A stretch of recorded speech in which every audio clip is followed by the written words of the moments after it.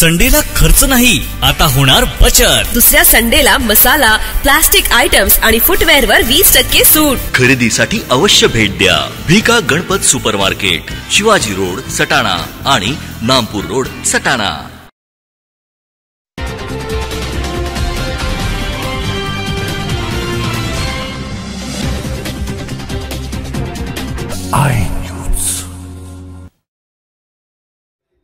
अजमेर सौंदाणे तालुका बागलाण येथील केंद्र शासनाच्या शिंदे दिगर एकलव्य रेसिडेन्शियल स्कूलचे प्राचार्य अशोक बच्छाव यांची बदली रद्द करावी या मागणीसाठी शिंदे दिगर एकलव्य स्कूलचे तब्बल 236 विद्यार्थीनींनी अन्नत्याग आंदोलन करीत बुधवार रोजी दिवसभर ठिय्या आंदोलन छेडले।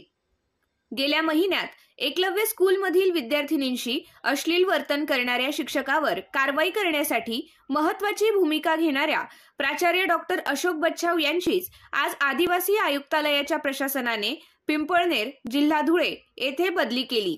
त्यामुळे संतप्त झालेल्या 236 विद्यार्थ्यांनी बुधवारी सकाळपासून विद्यालयाच्या प्रांगणात ठिय्या आंदोलन सुरू केले। जोपर्यंत प्राचार्य बच्छाव यांची अन्यायकारक झालेली बदली रद्द होत नाही तोपर्यंत अन्नत्याग करून येथून हलणार नाही अशी भूमिका संतप्त विद्यार्थ्यांनी घेतल्यामुळे एकूणच प्रशासनाची मोठी धावपळ झाली। अजमेर सौंदाणे येथील एकलव्य रेसिडेन्शियल स्कूल कॅम्पसमध्ये सध्या भरत असलेल्या सुरगाणा तालुक्यातील शिंदे दिगर येथील एकलव्य स्कूलच्या विद्यार्थिनींशी अश्लील चाळे केल्याप्रकरणी येथील शिक्षक विनोद कहार यास गेल्या 27 जानेवारीला निलंबित करण्यात आल्यानंतर त्यांच्या विरोधात पोलिसात गुन्हा देखील दाखल झाला आहे। प्राचार्य अशोक बच्छाव यांच्या बदलीचे आदेश येऊन धडकताच सकाळपासून या विद्यार्थ्यांनी चहा, नाश्ता, जेवण घेण्यास स्पष्ट नकार दिला। जोपर्यंत ही बदली रद्द होत नाही तोपर्यंत हटणार नाही अशी भूमिका घेतल्याने संबंधित अधिकाऱ्यांची एकच पळापळ झाली आहे। आदिवासी विकास विभागाचे विस्तार अधिकारी NS कापडनीस यांनी सकाळी 7 वाजेच्या सुमारास भेट देऊन विद्यार्थ्यांशी संवाद साधून आंदोलन मागे घेण्यास भाग पाडले। या आंदोलनामुळे काही काळ गोंधळ निर्माण झाला होता। आंदोलनकर्त्या विद्यार्थ्यांच्या पालकांना घटनाक्रम समजल्यानंतर त्यांनी शाळा गाठली। विद्यार्थ्यांचे दाखले द्या, त्यांना आम्ही घरी घेऊन जातो असा एकच सूर लावल्याने स्कूल प्रशासनाची मोठी पंचायत झाली। आमचे बच्छाव सर इथं जोपर्यंत होते तोपर्यंत व्यवस्थित चाललं होतं। सरांची बदली झाली त्याच्यामुळं आमचे पोरांची मनस्थिती बिघडलेली आहे, सुरक्षितता नाही आहे। त्याच्यामुळं आमचे पोरं आम्ही घेऊन चाललोय। जोपर्यंत बच्छाव सर येत नाही तोपर्यंत आम्ही पोरं पाठवत नाही।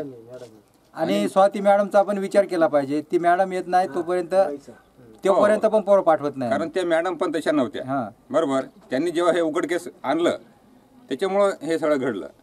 का जोपर्यंत दाबून ठेवलेलं होतं तोपर्यंत काही समजायचं नाही, पण आता त्यांनी उघडकेस आणल्यामुळं हे प्रकार सगळं घडलेलं आहे। बरोबर, त्यामुळं ना हे पोरांनी काल उपोषण केलं आणि त्या उपोषणासाठी आम्ही म्हणजे काल रात्री 10 वाजता आम्ही घरी गेलो, परत सकाळी रिटर्न आलो। आम्हाला जवळजवळ 125 किलोमीटर पडतंय। कुठून आलात तुम्ही? सुरगाणा। याचवेळी राज्य महिला आयोगाच्या सदस्या माजी आमदार दीपिका चव्हाण यांनी घटनास्थळी भेट देऊन पालकांची समजूत काढण्याचा आटोकाट प्रयत्न केला। वरिष्ठांशी संपर्क साधून भेटीची वेळ मागितली। मी आजच वरिष्ठांशी भेटून आपले गाऱ्हाणे त्यांच्यासमोर मांडते, आपण विद्यार्थ्यांना घरी घेऊन जाण्याचा हट्ट सोडावा अशी विनवणी पालकांकडे केली।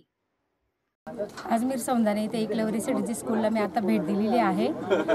इथे पालकांचं म्हणणं आणि स्टुडंटांचं म्हणणं की जोपर्यंत बच्छाव सर येत नाही तोपर्यंत आम्ही अन्नत्याग केलेला आहे असं त्यांचं म्हणणं होतं। आणि पालकांचं म्हणणं जोपर्यंत बच्छाव सर येत नाही तोपर्यंत आम्ही इथे उपोषण करू आणि मुलांना घेऊन जसं त्यांचं म्हणणं आहे। पण मी त्यांची समजूत घालण्याचा प्रयत्न केला। त्यांना मी सांगितलं तुम्ही असं काही करू नका, मुलांचं नुकसान होईल। आणि मुलांना पण सांगितलं की तुम्ही अन्नत्याग करू नका, तुमचं सुद्धा नुकसान आहे, तुमच्या जेवणावर परिणाम होऊ शकतो, शरीरावर परिणाम होऊ शकतो, तुम्ही तसं काही करू नका, तुमचं जे शिक्षण आहे ते तुम्ही चालू द्या। आत्ता माझी 5 वाजता आयुक्त मॅडमसोबत मीटिंग आहे, त्याच्यानंतर निलमताईंची सुद्धा माझी मीटिंग आहे। त्या मीटिंग नंतर काय तोडगा निघतो आपण बघू, त्याच्यानंतर आपण काय प्रोसेस आहे ती आपण करू। पण मी पालकांना तर सांगितलं, पालकांना माझी विनंती आहे की तुम्ही मुलांना घेऊन जाऊ नका, कारण त्यांचं नुकसान होणार आहे, आपण नुकसान करून घेऊ नका।